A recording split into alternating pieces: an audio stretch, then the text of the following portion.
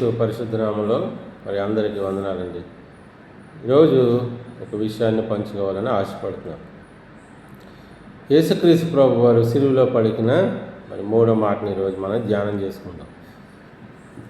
19వ అధ్యాయము 26వ వచనంలో, యోహాను సువార్త 19వ అధ్యాయము 26వ వచనంలో ఇలాగ రాయబడింది: అమ్మ, ఇదిగో నీ కుమారుడు అని శిష్యుడితో చెప్తున్నాడు. ఇదిగో నీ తల్లి అని ఈ మాట యేసుక్రీస్తు ప్రభు సిలువలో పలికిన మూడో మాట కింద రాయబడింది.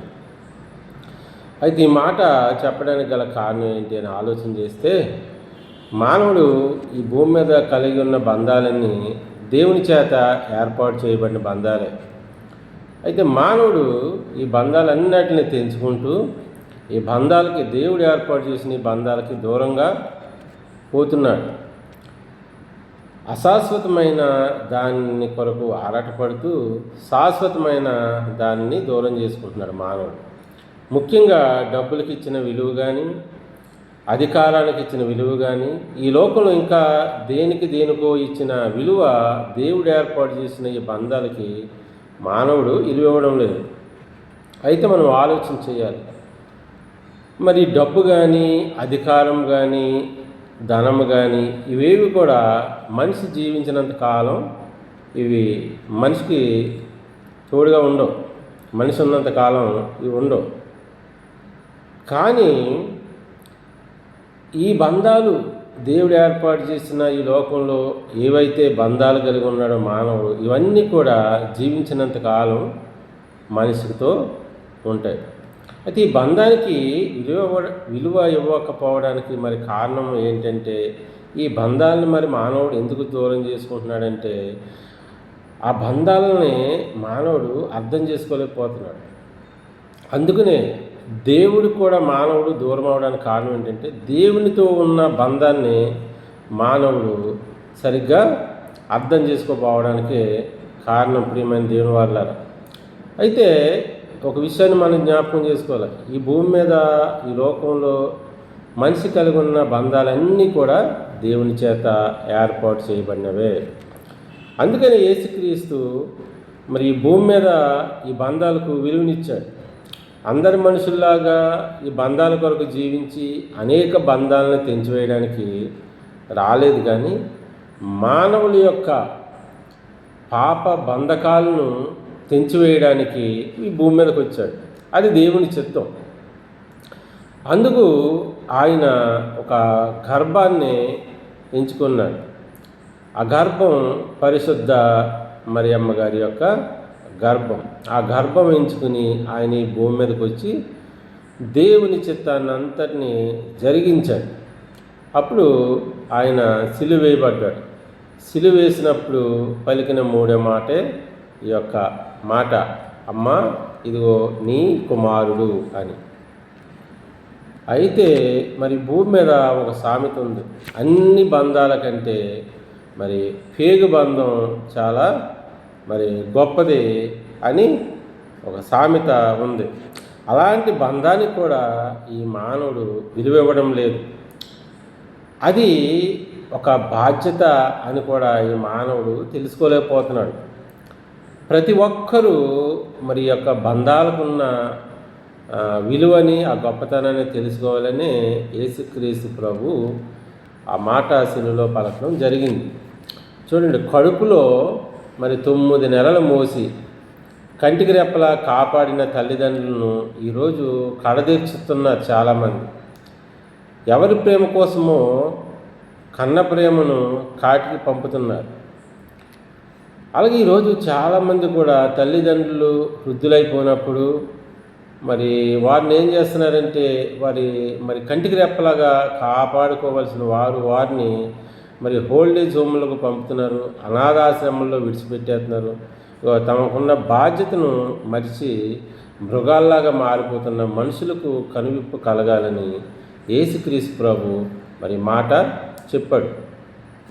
మరి ఎందుకు అలాంటే, మానవత్వం లేకుండా ఉంటున్నారు.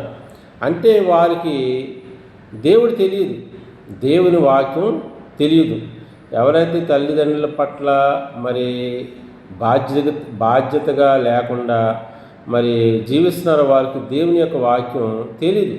అయితే వాక్యం ఏం చెప్తుందంటే ఎఫెసీయులకు రాసిన పత్రిక 6వ అధ్యాయం 1వ వచనంలో, పిల్లలారా ప్రభువునందు మీ తల్లిదండ్రులకు విధేయులై ఉండుడి. ఇది ధర్మమే కదండి. పిల్లలారా మీ తల్లిదండ్రులకు విధేయులై ఉండుడి, ఇది ధర్మమే, ఇది తప్పేం కాదు అని వాక్యం చదివిస్తుంది. ప్రియదేవుని బిడ్డలారా, వారు మనల్ని ఎలా ప్రేమించి పోషించారో అర్థం చేసుకుని వారికి విధేయులుగా ఉండాలి. యేసుక్రీస్తు ప్రభు కూడా అంతే. మరి భూమి మీద 3.5 సంవత్సరాలు జీవించి ఒక 30 సంవత్సరాలు తల్లిదండ్రులకు ఎంతో విధేయుడిగా జీవించాడు.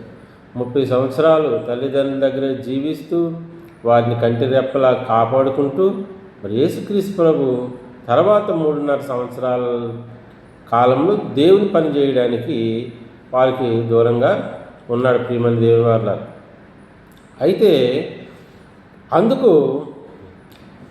అందుకు మరి యేసుక్రీస్తు ప్రభు మరి తన బాధ్యతను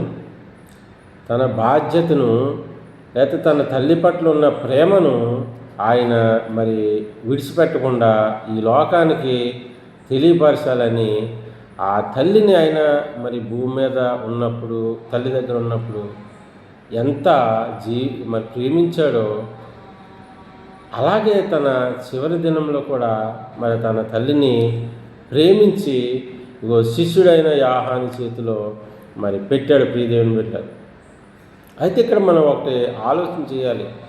మరి తల్లి అయిన మరియమ్మ గారికి యేసుక్రీస్తు తర్వాత కూడా మరి సంతానం ఉంది.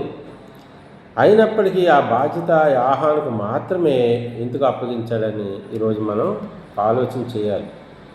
ఆలోచన చేస్తే తన సొంత సహోదరులకు మరి లోక జ్ఞానం ఉంది, కానీ దేవుని జ్ఞానం వారికి అంతగా యేసుక్రీస్తు ప్రభు సిలువ వేసిన సమయంలో వారికి అంతగా లేదు. ఎందుకంటే వారు కూడా ఒకానొక సమయంలో యేసుక్రీస్తు ప్రభు మీద వాళ్ళు కూడా కొంచెం తిరుగుబాటు చేశారు.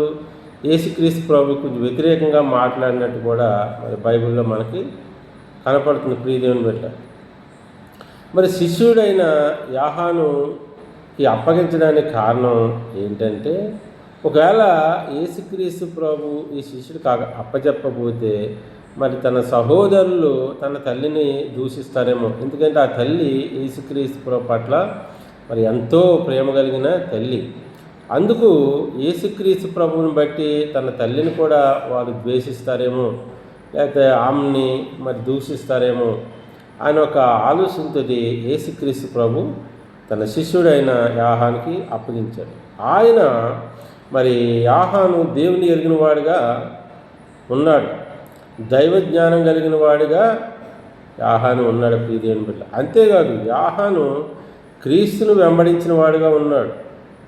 ఆయన బోధలు విన్నాడు, ఆయన బోధనని అనుసరించాడు, ఆయన్ని మరి ఎంతో ప్రేమించాడు. బాగా యేసుక్రీస్తు ప్రభుని యోహాను చాలా బాగా ప్రేమించాడు. అలాగే యేసుక్రీస్తు ప్రభు చేత కూడా ఆయన చాలా బాగా ప్రేమించబడ్డాడు.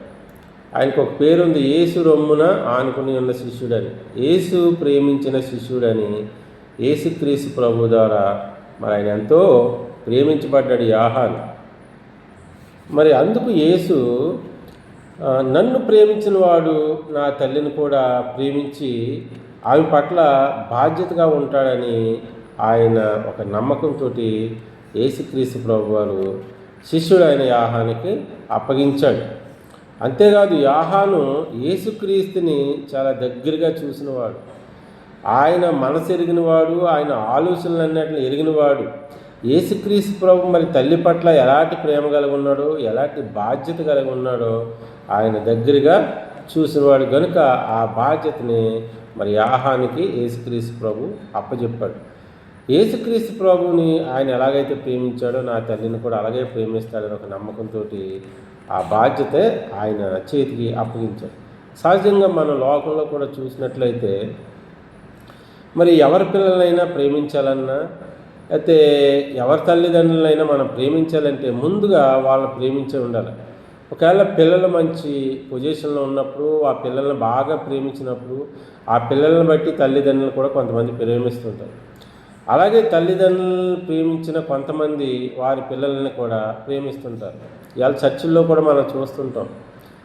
ఎవరైనా ఒకరిని ప్రేమిస్తే వారి పిల్లలను కూడా ప్రేమిస్తుంటారు. ఎవరినైనా ఒకరిని ద్వేషిస్తుంటే వారి పిల్లలను కూడా కొంతమంది ద్వేషిస్తుంటారు కదండి. ఇవాళ మనం అలాంటి ఎన్నో చూస్తున్నాం కదండి. యేసుక్రీస్తు ప్రభు కూడా మరి ఈ శిష్యుడు నన్ను ఎంతగా ప్రేమించాడు కాబట్టి నా తల్లి బాధ్యత అతని చేతిలో పెడితే నా తల్లిని కూడా ఆయన ప్రేమిస్తాడు, నేను ఎలాంటి బాధ్యత కలిగి ఉన్నానో అలాగా బాధ్యత కలిగి ఆయన ఉంటాడని యేసుక్రీస్తు ప్రభు మరి తన తల్లిని శిష్యుడైన యోహానుకు అప్పగించాడు. ప్రియమైన దేవుని వల్ల మరి ఈ రోజుల్లో మనం కూడా తల్లిదండ్రుల పట్ల ఎలా ఉండాలని మనం తెలుసుకున్నాం. అలా ప్రేమించకుండా బాధ్యతగా మనం వదిలిపెట్టి మనకున్న బాధ్యతను వదిలిపెట్టి జీవిస్తే మరి వాక్యం ఏం చెప్తుందో ఒకసారి వాక్యాన్ని మనం చూద్దాం. మత్తయి సువార్త 15:4 ఇలాగ రాయబడింది. తల్లిదండ్రులను గణపరచమనియు తండ్రినైనను తల్లినైనను దూషించువాడు తప్పక మరణము పొందవలెనని దేవుడు సెలవిస్తున్నాడు. చూసారా ప్రియమైన దేవుని వాళ్ళ వాక్యం ఏం చెప్తుందంటే మన తల్లిదండ్రులు మనం ఏం చేయాలంటే మనం గణపరచాలి. ఎందుకంటే అది దేవుడి యొక్క ఆజ్ఞ. అందుకని ఎఫెసీ రాసిన పత్రిక 6:1 కూడా ఇందాక మనం చదివినట్టు పిల్లలారా మీ తల్లిదండ్రులకు విధేయులై ఉండాలని వాక్యం సెలవిస్తుంది. అయితే ఈ వాక్యాన్ని మనం విడిచిపెట్టేసి మన ఇష్టం వచ్చినట్లు వారి పట్ల మనం ప్రవర్తిస్తే, మన తల్లిదండ్రులు ప్రేమించేవారమై ఉండి కూడా మనం ప్రేమించకపోతే, తల్లిదండ్రులను మనం సన్మానించేవారమై ఉండి కూడా వారిని మనం సన్మానించకపోతే, తల్లిదండ్రుల్ని గణపరచువారముగా ఉండి కూడా వారిని మనం గణపరచకపోతే, ఇదంతా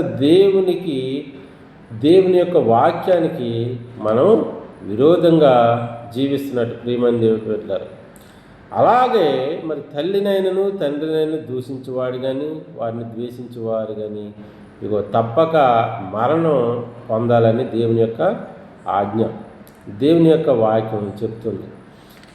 మరి ఆ మరణం పొందకుండా దేవుని చేత మనం ఆశీర్వదించబడాలి అంటే కదండి, తల్లిదండ్రులు కూడా మనల్ని ఎంతగానో దీవిస్తారు. అందుకనే వాక్యం యేసుక్రీస్తు ప్రభువుని గురించి మరి సమూయేలు గురించి చెప్పినప్పుడు మరి దేవుని దయందును మనుషుల దయందును మరి దినదినము వర్ధిల్లుచున్నారు అని వారి ఎదుగుని గురించి మన వాక్యం చూస్తుంటాం. తల్లిదండ్రులు మనం ప్రేమించినప్పుడు వారు కూడా వారి యొక్క ఆశీర్వాదాలు మనకిస్తారు కదండి. యాకోబు మరి ఆశీర్వాదం ఎవరి మీద, ఇస్సాకు ఆశీర్వాదం యాకోబు మీదకి వచ్చినప్పుడు యాకోబు ఎంతో అభివృద్ధి అయ్యాడు. అలాగే యాకోబు ఆశీర్వాదం యోసేపు మీదకి వచ్చినప్పుడు యోసేపు కూడా మరి ఐగుప్తు దేశంలో ఎంతో మరి అభివృద్ధి పొందినట్టు వాక్యం చదివిస్తుంది. అందుకని ఈరోజు మనం కూడా దేవుని యొక్క వాక్యాన్ని బట్టి మనం తల్లిదండ్రులు ప్రేమిస్తే, వారిని మనం గౌరవిస్తే, వారిని మనం గణపరిస్తే వారు కూడా మనల్ని దీవిస్తారు, ఆశీర్వదిస్తారు ప్రియమైన దేవుని బిడ్డ. అందుకు మన వాక్యాన్ని బట్టి మనం ఏం చేయాలంటే మన తల్లిదండ్రులను గౌరవించాలి, మనం గణపరచాలి. గణపరిచినప్పుడు ఈ భూమి మీద దేవుని చేత మనుషుల చేత కూడా మనం దీవించబడి ఆశీర్వదించబడి ఈ భూమి మీద దీర్ఘాయుష్మంతులుగా మనం జీవించడానికి అవకాశం ఉంటుందని దేవుని యొక్క వాక్యం సెలవిస్తుంది.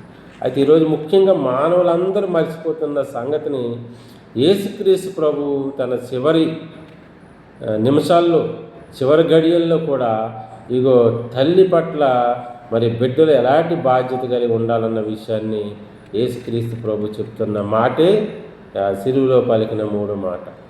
అలా మనం అందరం కూడా మన తల్లి పట్ల తండ్రి పట్ల అలాంటి బాధ్యత కలిగి వారిని ఏ విషయంలో కూడా మనం బాధ పెట్టకుండా వారిని గౌరవించి ప్రేమిస్తే అది వారి జీవితాలకి ఆనందం, అది మన జీవితాలకి మేలు, ముఖ్యంగా దేవునికి అది మహిమ. దేవుడు తన మాటలు దీవించును గాక. ఆమేన్.